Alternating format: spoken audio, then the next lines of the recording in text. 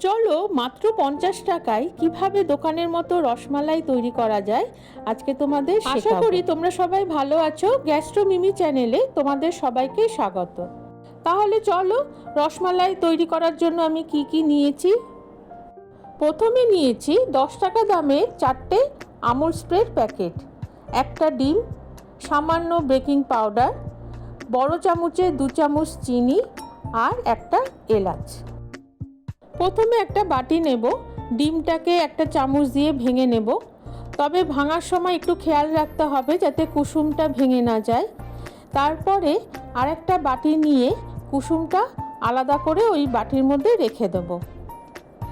এই রেসিপিটার জন্য শুধু ডিমের সাদা অংশটাই লাগবে, কুসুমটা আর লাগবে না। এরপর আরেকটা বাটি নেব, গুঁড়ো দুধের যে 4টে প্যাকেট নিয়েছিলাম সেখান থেকে 2টো প্যাকেট কেটে ওই বাটির মধ্যে ঢেলে দেব।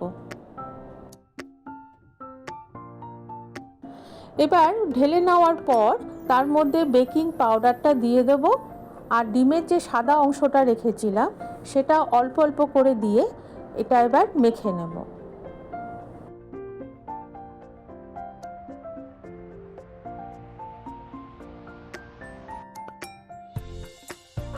দেখো মাখা হয়ে গেছে আমার, তবে আমার যে সাদা অংশটা রেখেছিলাম ডিমের সেটা পুরোটা লাগেনি, অল্প একটু বেঁচে গেছে।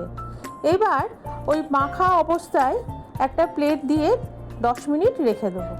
10 মিনিট পর ফিরে আসলাম, দেখো আমার মাখাটা সেট হয়ে গেছে। এবার এখান থেকে অল্প একটু ডো নিয়ে ছোট ছোট বলের মতো শেপ করে বানিয়ে নেব। তোমরা হয়তো ভাবতে পারো যে ডিম দেওয়াতে হয়তো আষ্টে গন্ধ হতে পারে, কিন্তু তা একদমই নয়, একদম দোকানের মতোই টেস্ট হয়। তাহলে দেখো একে একে কতগুলো বলস আমার তৈরি হয়ে গেছে।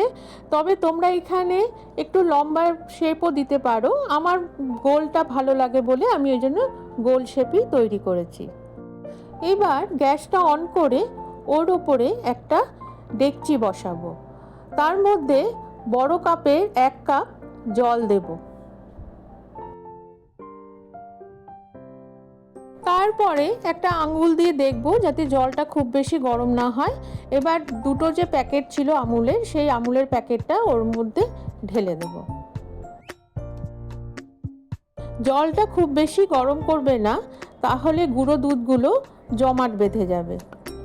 এবার একটা হাতা দিয়ে ওটাকে নেড়ে নেব। এটা খুব বেশি জাল দিতে হবে না, কারণ যেহেতু এটা গুঁড়ো দুধ দিয়ে তৈরি করছি। একটু ফুটলেই আমি এর মধ্যে ওই যে গোলাগুলো তৈরি করে রেখেছিলাম ছোট ছোট, সেইগুলো দিয়ে দেব। এবার তার সঙ্গে ওই একটা এলাচও যেটা রেখেছিলাম সেটাও ফাটিয়ে দিয়ে দেব, আর চিনিটাও দিয়ে দেব।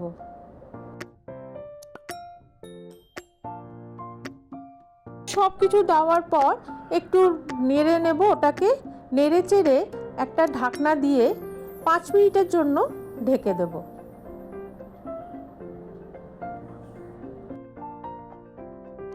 তাহলে দেখো এবার আমি ঢাকনাটা উঠিয়ে দিলাম, আমার রসমালাই পুরো রেডি হয়ে গেছে। এই অবস্থায় আমি গ্যাসের ফ্লেমটা এবার বন্ধ করে দেব, দিয়ে একটা বাটিতে ঢেলে নেব। দেখো আমি একটা চামচ দিয়ে তোমাদেরকে দেখাচ্ছি যে আমার রসমালাইটা কি নরম হয়েছে।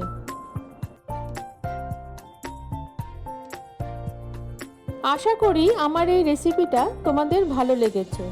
তোমরা সবাই ভালো থেকো। পরের একটি ভিডিও নিয়ে আবার তোমাদের সঙ্গে দেখা হবে।